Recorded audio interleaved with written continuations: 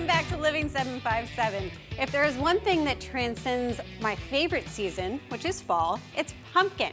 From jack-o'-lanterns to roasted pumpkin seeds to pumpkin spice lattes, and of course the star of the show, the pumpkin pie.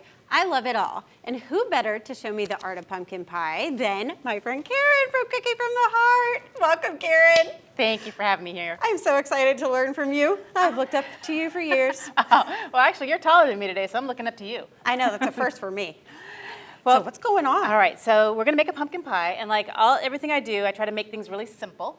Right. So this does not take too much work. But first we're gonna start with a pie crust. And I usually make mine at home, but you know, you have Thanksgiving going on. You don't have time to be making pie crust, and so nothing wrong with a store-bought crust. Okay. What I do if I'm gonna do that is get the kind that are flat, because once they're flat, you can just kind of lay them in your own pan, and then it looks like you made it. Ooh. So, you know, take the credit. That's a nice tip. Okay. And then you just pop it in, and you're gonna flute the edges. Do you know how to flute? I do not. Will you show me? Let me scoot this over, okay? So you're gonna use your little pinchy fingers and then your knuckle. Okay. And all you're gonna do is as you move around, I've already done this edge here. Okay. But you're just going to push in with your knuckle and pinch with your fingers like that. Okay. And then you can just kind of push the edges down a little bit, all right? All right, and then you're gonna show us the next step? Yes, so while you flute, I'm gonna talk about what's in this. Not much to it. We're gonna use a 14-ounce can of just regular pumpkin. It's, you know, whatever brand you want, and it's 14 ounces, you dump it in. You can use your own pumpkin, you know, cook it and bake it and all that stuff, but again, who has time during Thanksgiving, right? Right. So let me just dump this out. This is so simple, and it's a much easier recipe. A lot of them have, you know, like 15 different spices in there, but this one is not like that at all. How are you doing over there? Good, I think.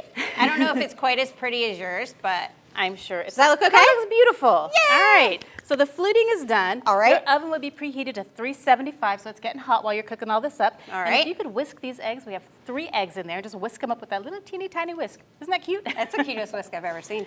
So while you're whisking, I'm gonna add the rest of the ingredients in here. Super simple. I'm gonna use 2/3 of a cup of sour cream, which is not a typical ingredient for pumpkin pie, but it makes things creamy and delicious. Just gonna dump that in there with this spoon.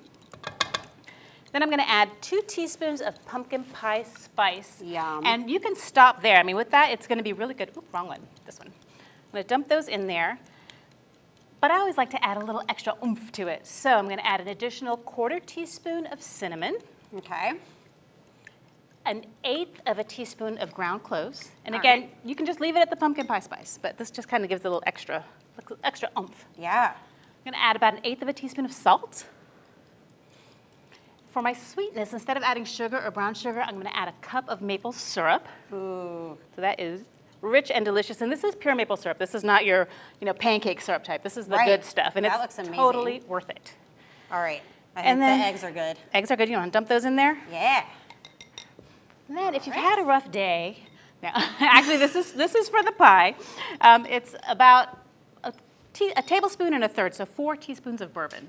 Okay. So this is gonna give it that little extra, smell that, doesn't that smell good? Yes, it It does. smells really good.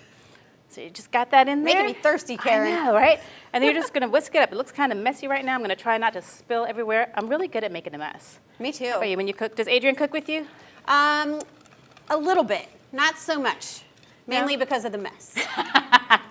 Yeah, Sienna and I got into a food fight not too long ago. We had flour all over our hair and everywhere. So see, I'm just mixing it up. That's it. That's all that's in there. Wow. Okay, so We have about a minute left. perfect. Well, we're just gonna take this and we're gonna pour that into your beautiful pie crust that you fluted, if you wanna do that for me. All right, I will pour it. And if you need to scrape it out, you can. So then you would take that and you would just pop it into the oven at 375. You're gonna leave it in there for about 20 minutes, and after 20 minutes over, you're gonna decrease that temperature to about 325 degrees. All right. Let it cook for 30 to 45 minutes, and you're done. It smells really, really good. It is so And good. it's not even baked I yet. know. Well, here we have a baked one. And so when I asked the crew if they wanted pecan pie or pumpkin pie, they couldn't really give me an answer. So I made a pumpkin pie, and then I candied some pecans and put them on top. So that's what we have here. Yes. You can do that, or you can leave it like this, and it will be perfect. So this is gonna be great. You guys, make sure you follow her and her amazing show, Cooking from the Heart. Karen, thank you so much for teaching me how to flute the edges of a pie crust. I'm gonna take all the credit now. You should, when I make pies absolutely. for Thanksgiving. Well, thank you for having me. This has been a lot of fun. Yes, thank you.